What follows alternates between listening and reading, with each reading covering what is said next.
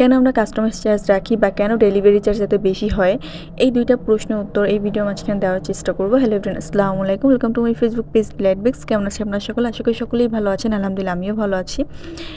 Recently আমার এই দুইটা প্রশ্নের খুবই আমি ইনবক্সে পুরো ভরা আছি আমার এই দুইটা প্রশ্নে। কারণ হচ্ছে, কেন আপু কাস্টমাইজ চার্জ এত রাখেন, কেন ডেলিভারি চার্জটা এত বেশি আসে, বা কাস্টমাইজ চার্জ কেন আপনারা রাখেন? একটা কেকের ডিজাইন অনুসারেই তো আমরা কেকটা অর্ডার করি, বা শপ থেকে নিলে তো তারা কাস্টমাইজ চার্জ রাখে না, তাহলে আপনারা কেন রাখেন? এই প্রশ্নটার উত্তর আমি না, অনেক বেকারসরাই এই প্রশ্নটা উত্তর সম্মুখীন হন। তো তাদের জন্য এই ভিডিওটা।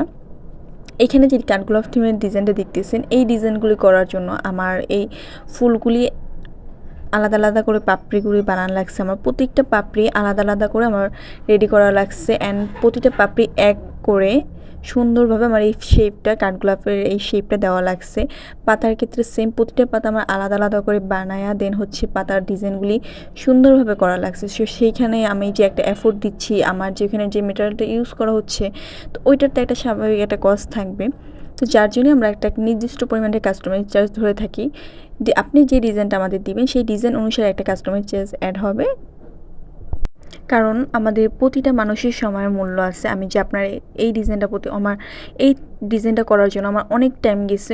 প্রতিটা জিনিস আমার আলাদা আলাদাভাবে করা লাগছে। ইভেন ফন্ডেন্টে কাজ করতে গেলে, কালারে কাজ করতে গেলে হাতে খুবই বাজে অবস্থা থাকে। অ্যান্ড এখানে আপনারা দেখতে পারবেন ফন্ডেন্টের যে লেখাটা ছিল, ওইখানে যে গোল্ডেন ডার্ক স্প্রে করা ছিল, ওইটাও কিন্তু আমাদের কিনে আনতে হয়েছে। দেন ওইখানে যে এডিবল যে পেনটা ইউজ করা হয়েছে, ওই পেনটাও কিন্তু কিনে আনা লাগছে। সো ওটা সব কিছু মিলে একটা চার্জ অ্যাড হয়, যেই চার্জটাই আমরা আপনাদেরকে বলে থাকি।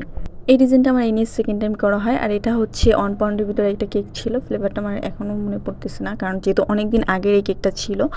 আর লাস্ট টাইম কিছু ছোটো বড়ো হোয়াইট কালার সুগার পাল দিয়ে and silver colour golden dust spray করে ডিজাইনটা কমপ্লিট করি। আর এটা হচ্ছে সেকেন্ড কেক।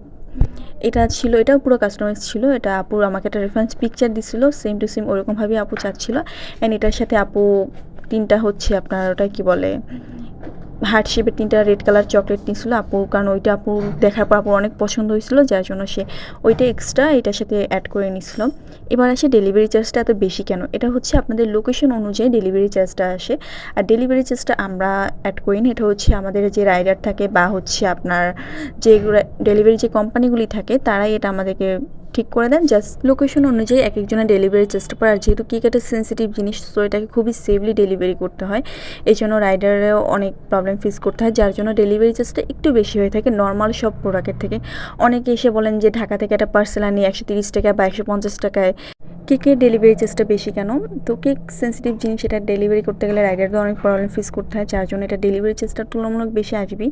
এটা ছিল আমার সেকেন্ড কেক। অবশ্যই আপনারা লাইক কমেন্ট করে আপনার মতামত শেয়ার করবেন কোন কেকটার ডিজাইনটা আপনাদের কাছে বেশি ভালো লাগছে। আজকে ভিডিওতে এই পর্যন্ত দেখার জন্য স্ক্রিন ভিডিওতে থ্যাংকস ফর ওয়াচিং। আল্লাহ হাফেজ।